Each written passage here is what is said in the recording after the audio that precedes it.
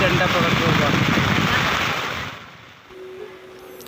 भारी बारिश में भीगते ये लोग अपने परिजन के शव को दी गई अग्नि को बारिश से बचाने के लिए खड़े हैं ताकि चिता समय से पहले ठंडी न पड़ जाए।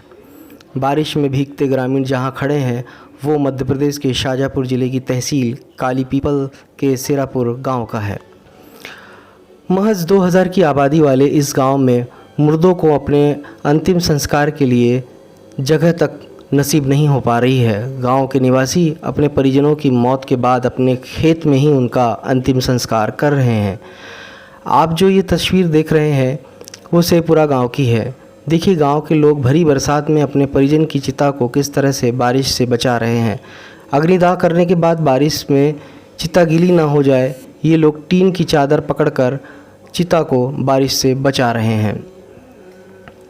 बारिश में घंटों खड़े रहकर ग्रामीण इसी तरह शवों को जलाते हैं। ग्रामीणों को ये सब इसलिए करना पड़ता है क्योंकि गांव में शमशान घाट तक नहीं है। ग्रामीण जिला प्रशासन से लेकर शासन तक गुहार लगा चुके हैं लेकिन शेखपुरा गांव में अभी तक एक भी शमशान घाट नहीं बना है। जिला प्रशासन अपनी नाकामी छुपाने के लिए गांव वालों पर ही दोष मढ़ रहा है। प्रशासन का कहना है कि शेखपुरा गांव में शमशान घाट के लिए भूमि तो दी गई है लेकिन शमशान घाट तक पहुंच मार्ग न होने की वजह से ये स्थिति बनी है।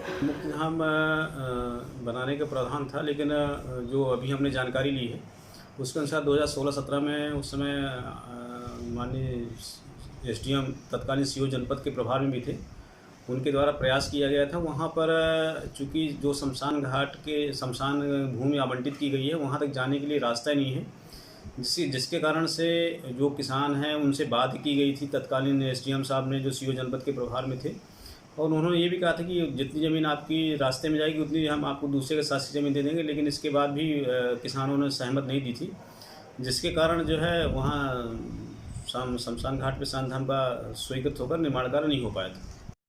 वर्तमान में जो हमने जानकारी अभी ली है वो जो अंत्येष्टि जहाँ हो रही वो भी निजी भूमि पर हो रही है, और जो वहाँ के लोगों का कहना है कि ये पिछले कई दशकों से वहाँ पर अंत्येष्टि हो रही है।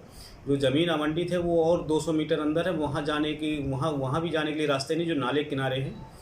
और अभी फिर से एक बार प्रयास किया जाएगा, यदि वहाँ के किसान कम से कम 10 फीट चौड़ा रास्ता दे देते हैं तो हम शीघ्र ही वहाँ शांतिधाम का निर्माण का कार्य प्रारंभ करा देंगे। अभी हमने आपके माध्यम से हमें जानकारी प्राप्त हुई है, यह एक दुखद है, लेकिन चूँकि वहाँ तक सामग्री ले जाने के लिए भी लोग वहाँ नहीं जाने दे रहे हैं, जो रोड से लगभग 300 फीट से ज़्यादा है, तो वहाँ शांतिधाम निर्माण कराना मुश्किल था। लेकिन एक बार फिर से उन किसानों से बात की जाएगी, यदि वो जगह देते हैं तो फिर वहाँ शांतिधाम का निर्माण कराया जाएगा। मध्य प्रदेश में 15 सालों से भाजपा की सरकार सत्ता पर काबिज है। प्रदेश में विकास के बड़े बड़े दावे किए जाते हैं लेकिन असल में ये सारे दावे सरकारी दस्तावेजों पर ही दिखाई देते हैं। सरकारों को चाहिए कि ग्रामीण इलाकों में हो रहे विकास कार्यों की समीक्षा समय समय पर करते रहे।